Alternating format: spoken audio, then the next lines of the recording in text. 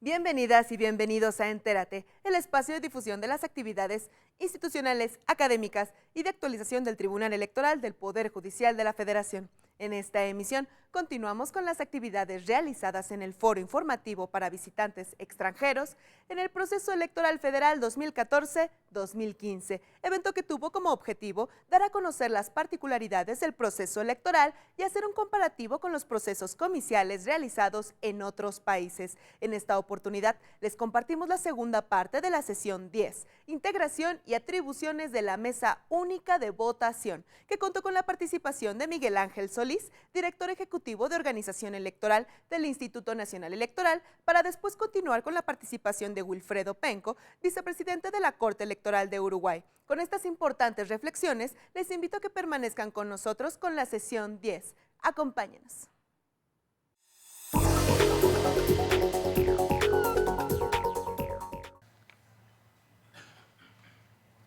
Pero hoy tenemos otra realidad a partir de la reforma que culminó en 2014, el año pasado apenas a inicios, y que nos da un panorama distinto. Teniendo elecciones federales en todo el territorio nacional, solamente tenemos 16 de los 32 estados o entidades en que se divide nuestro país. Solamente en 16 habrá elecciones concurrentes, con elecciones de gobernador locales o de ayuntamientos o de diputados locales. Y entonces en estas 16 entidades tendremos 83,000 casillas únicas por primera vez, que son notoriamente superior el número a las 65,000 casillas de elecciones únicamente federales que habrá en 16 estados del país.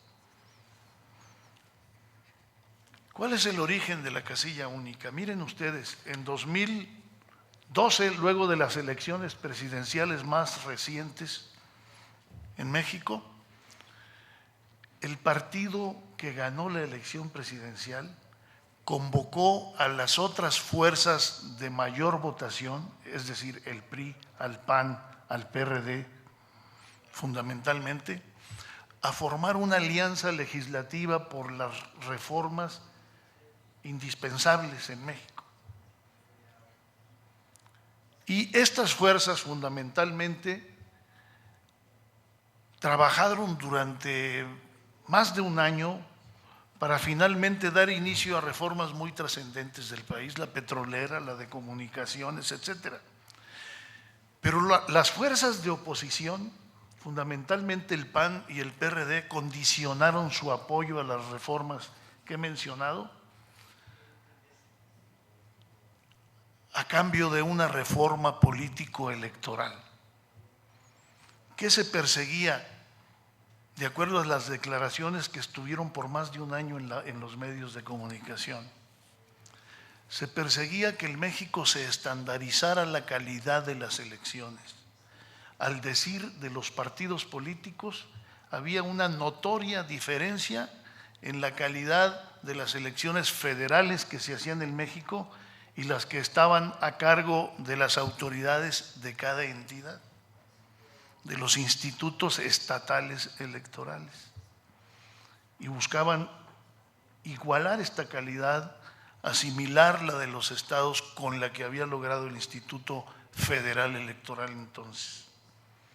Y buscaban dar satisfacción a un sinnúmero de reclamos en el país de abaratar las elecciones en México.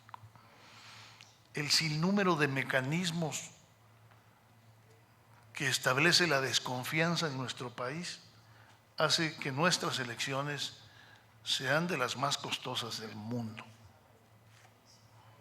Y entonces buscaban también disminuir el costo de las elecciones. Estandarizar las elecciones ¿en qué, por ejemplo?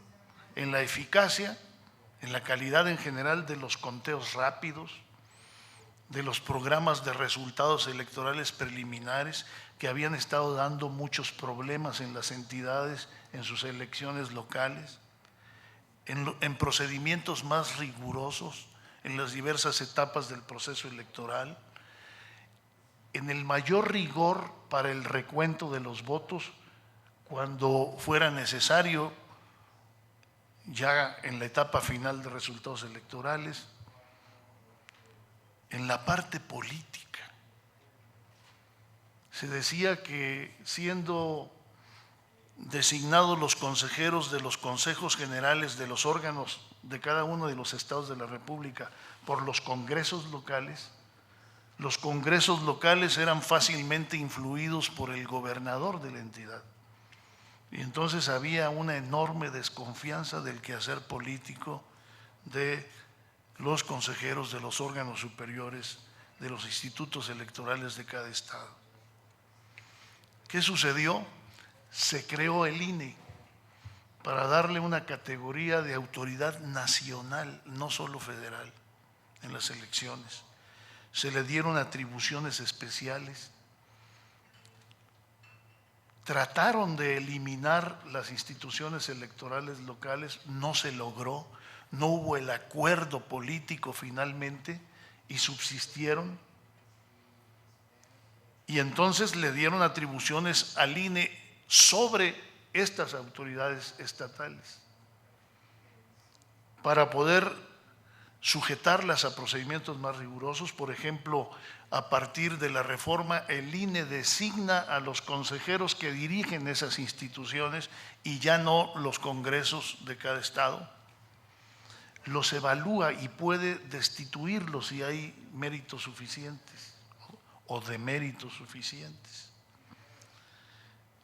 El Instituto Nacional Electoral con la reforma se convirtió en una autoridad ejecutora de procedimientos centrales de las elecciones. Por ejemplo, el INE ofrece la capacitación para los funcionarios de la mesa de casilla, no la autoridad estatal, para las elecciones locales y federales.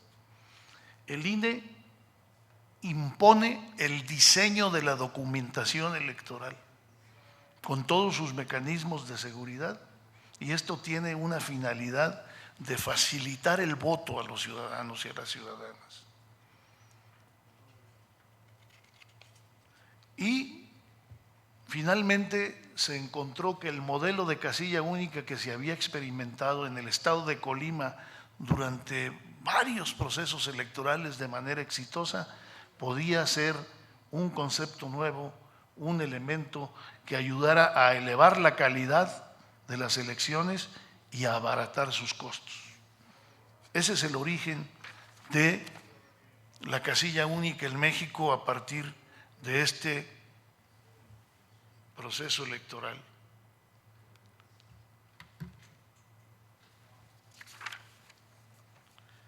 Me parece que me salté dos láminas, por favor regresan una.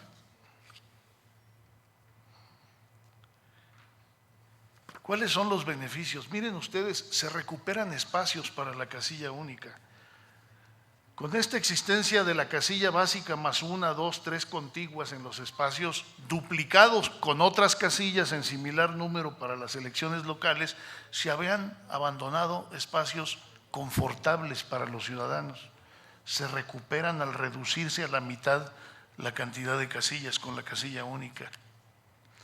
El procedimiento ya es de unifila, una sola gestión, una sola presentación y marcado de la credencial del elector, la dotación de la totalidad de las boletas. Y los documentos y los materiales son similares, porque los diseños derivan de la rectoría del Instituto Nacional Electoral en las elecciones locales. Eso le facilita el voto a los ciudadanos. Beneficios indirectos, tan simple como que aquí había dos mesas de 4 patas y otra mesa de 4 patas para recibir el voto y hoy solo hay una mesa, con todas sus consecuencias económicas. Número de funcionarios de casilla, número de capacitadores que requieren capacitar a esos funcionarios, materiales de capacitación, alimentos, traslado de documentación electoral. Se abaratan los costos y hay un beneficio indirecto para la sociedad, para los ciudadanos, en otros servicios desde luego. Pero garantiza sobre todo que exista una buena calidad en los resultados de las elecciones, porque aquel modelo que experimentamos varios años, varias elecciones, nos demostró proceso electoral tras proceso electoral que daba mejores resultados en el correcto llenado de las actas de casilla que las elecciones que no tenían el modelo de casilla única. Elección tras elección estaba sobre los resultados de las elecciones que se hacían de forma separada. Entonces, estos son los beneficios que se esperan de la casilla única al generalizarse para las elecciones concurrentes. ¿Cuál es la integración? Sobre todo la integración, un poco de las atribuciones de la mesa directiva, porque las atribuciones son las de siempre, pero les voy a decir ahora cómo se distribuyen en un número distinto de funcionarios. En las casillas separadas, como ahora en 16 estados del país, habrá una casilla tradicional, un presidente, un secretario, 2 escrutadores, total 4 funcionarios. Pero donde hay casilla única, será un presidente, 2 secretarios. La ley dice que un secretario más para hacerse cargo de las elecciones locales, uno para lo federal, uno para lo local, y habrá un escrutador más para reforzar también el escrutinio de los votos. El Consejo General acordó que los 6 funcionarios pueden hacer el escrutinio y cómputo indistintamente. ¿Por qué? Porque tendremos en esta ocasión solo una elección federal, la de diputados federales, mientras que si lo hiciéramos por equipos separados, como si fueran 2 casillas separadas, el secretario agregado y el escrutador agregado harían el cómputo hasta de 3 elecciones de gobernador, de diputados locales y de ayuntamiento. Y entonces habría un desbalance del tiempo del escrutinio y cómputo en la casilla. Tenderían los del equipo federal a retirarse cansados, fatigados del día de trabajo y de abandonar la casilla. Y requerimos que firmen las actas. Las actas las firman los 6 funcionarios. Entonces, compartiendo responsabilidades en el escrutinio y cómputo indistintamente de lo local y lo federal, se hace un buen balance del tiempo destinado a el cómputo en la casilla. A eso alude la banda inferior de la lámina, exactamente a la importancia de los cómputos, y se confirma con la lámina siguiente. Miren ustedes cómo se da la representación en la casilla única, la que tiene elecciones federales y locales al mismo tiempo. Los partidos políticos nacionales, que son 10 actualmente, tendrán derecho a tener 2 propietarios en la casilla y tener previstos 2 suplentes, registrados 2 suplentes. Los candidatos independientes registrados para la elección federal tendrán derecho a un propietario y a un suplente. ¿Por qué? Porque el que se registró como candidato a lo federal no tiene interés en lo local. Y este criterio de cantidad de representantes se hizo con base en el escrutinio y cómputo, porque a la hora del escrutinio y cómputo en la casilla, mientras que aquí se está haciendo el cómputo de lo federal, acá se estará haciendo el cómputo local en la misma casilla, y necesitan 2 representantes para que uno vigile lo federal y otro lo local. La ley dice que los cómputos serán simultáneos. Entonces, ahí se justifica la presencia de hasta 2 representantes propietarios de los partidos políticos que compiten tanto en lo federal como lo local, que son los de registro nacional, Pero un candidato independiente federal no tiene motivación para observar la elección local. Tampoco, si volvemos a la lámina, al final, un candidato independiente de un cargo local no tiene interés en lo federal. Un partido político local no compite en las elecciones federales. Le basta con un representante que vigile el cómputo local. ¿Cuáles son nuestros desafíos? Con eso voy a concluir. 2, 3 laminitas sucesivas rápidamente. Los invito a observar la coordinación entre ambas instituciones. Finalmente no desaparecieron los IES, los OPLES, dice la ley, OPL. A mi juicio les dejaron un nombre peyorativo, organismo público, local, ni siquiera electoral, pero subsistieron, son nuestros compañeros, con ellos tenemos que coordinar el trabajo y depende de una buena coordinación el éxito de la casilla única.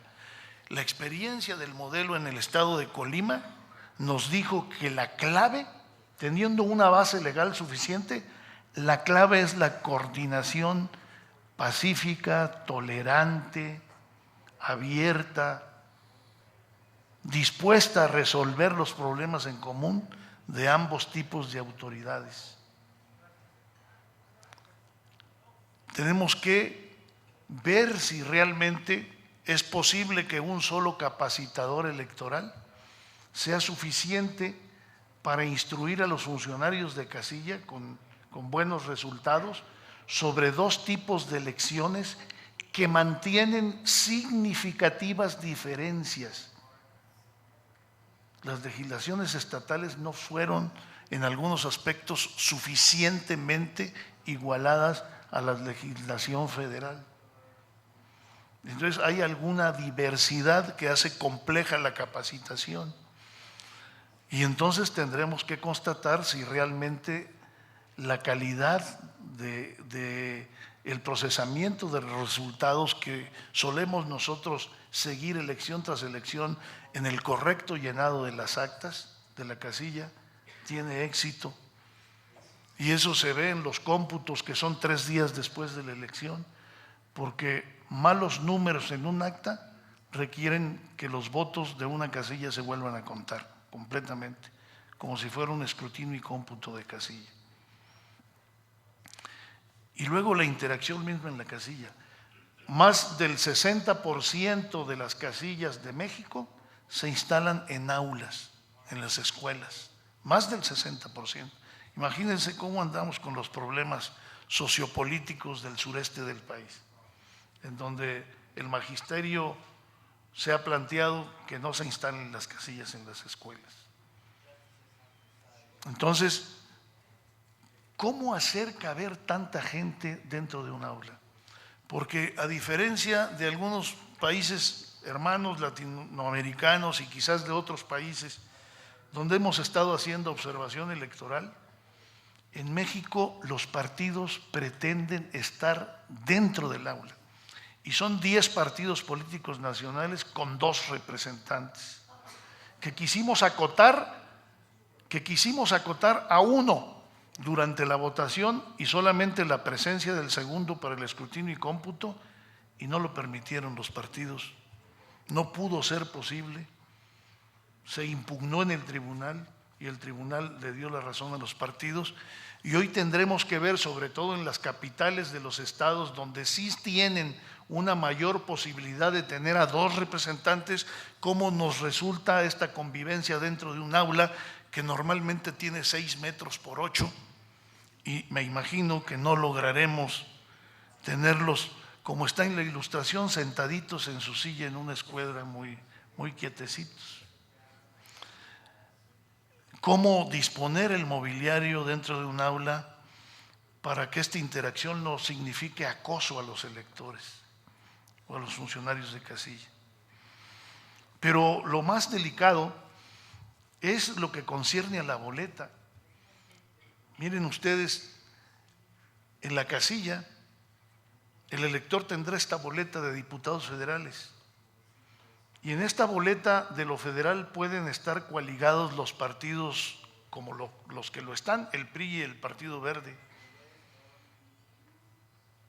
pero en la elección local no. Pueden no estarlo.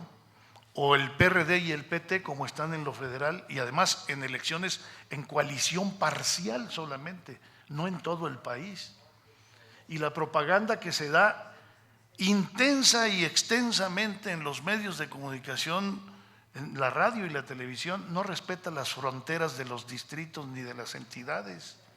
Entonces la influencia mediática de un elector puede confundirle al trazar su voto y puede hacer que su voto sea anulado por error. Últimamente, en los últimos procesos electorales, con estos errores que se cometen por confundir coaliciones o no partidos coaligados y los movimientos anulistas que ha habido en los últimos 2 procesos electorales, han hecho que en las elecciones de senadores y diputados en México suba de 2,5 puntos por ciento a 5 puntos los votos nulos o anulados en México. Nosotros hemos logrado,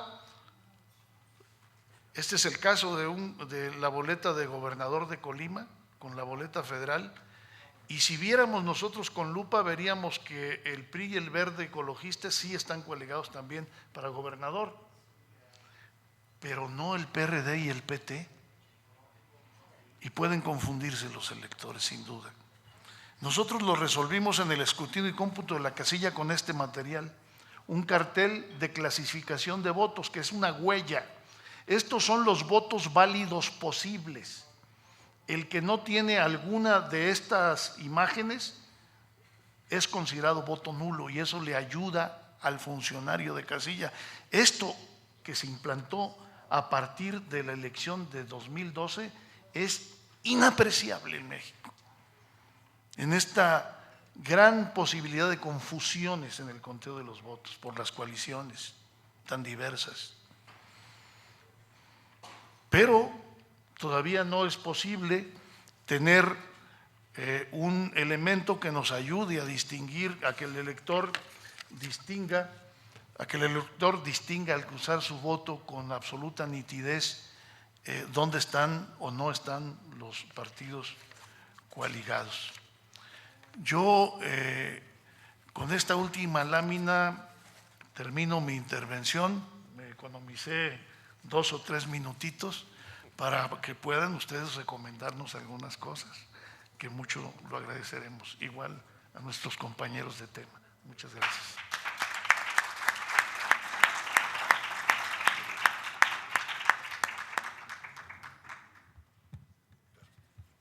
Muchísimas gracias.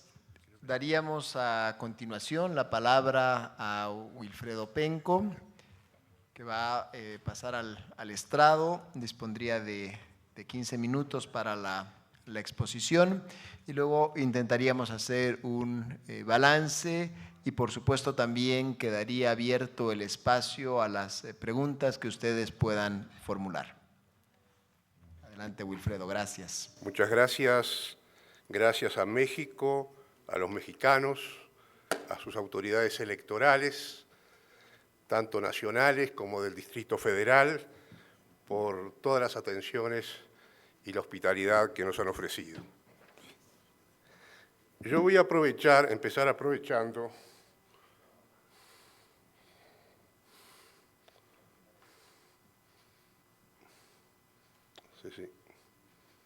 perdón. Ahora sí.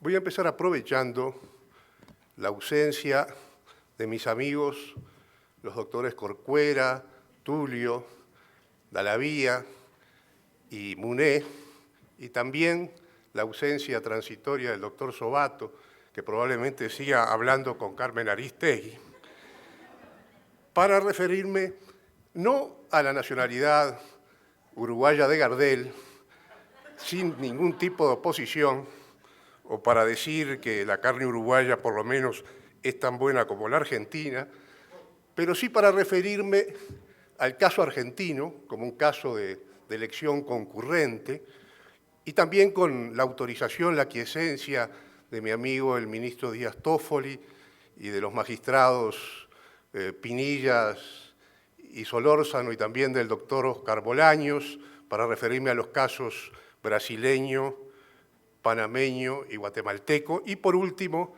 hacer alguna referencia al caso uruguayo.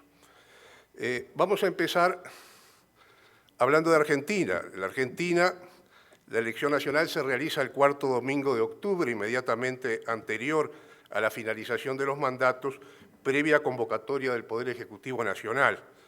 En esa ocasión se eligen presidente, vicepresidente de la Nación, 19 parlamentarios del Mercosur, Distrito Nacional y 19 suplentes. Por su parte, tratándose de un régimen federal, los gobiernos de provincia, según la Constitución de la República Argentina, se dan sus propias instituciones, eligen a sus gobernadores, sus legisladores y demás funcionarios de provincia sin intervención del gobierno federal. La ley 15.262, que fue sancionada en 1959, faculta a las provincias a realizar elecciones provinciales y municipales simultáneamente con las elecciones nacionales bajo las mismas autoridades de comicio y de escrutinio. Deben comunicarlo al Poder Ejecutivo Nacional con una antelación de por lo menos 60 días a la fecha de la elección. Las juntas electorales nacionales establecen con las autoridades electorales locales los acuerdos necesarios a fin de hacer posible la realización conjunta y simultánea de las elecciones o comicios. ¿Cuál es su modalidad? Se emplea una sola urna en cada mesa o en cada casilla, como se la conoce aquí en México.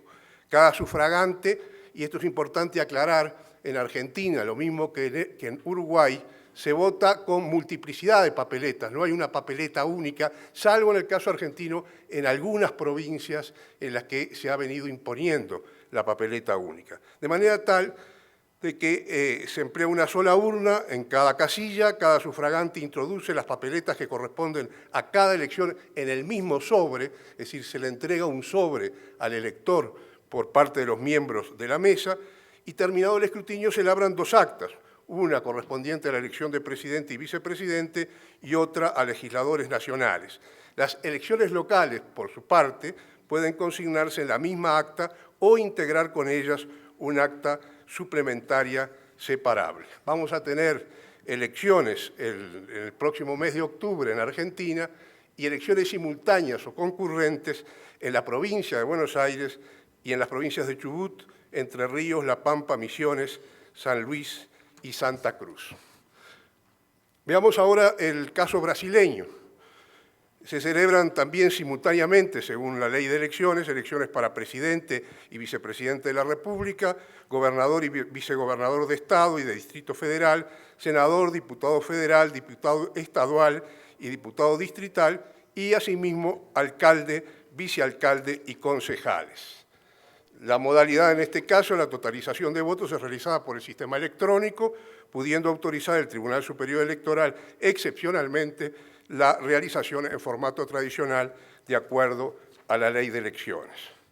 Tenemos entonces el sistema como voto electrónico. La urna electrónica muestra en primer lugar una pantalla para las elecciones simultáneas que ya vimos, es decir, la de presidente y vicepresidente de la República, etcétera, y luego una pantalla para las elecciones vinculadas a alcalde, vicealcalde y concejales.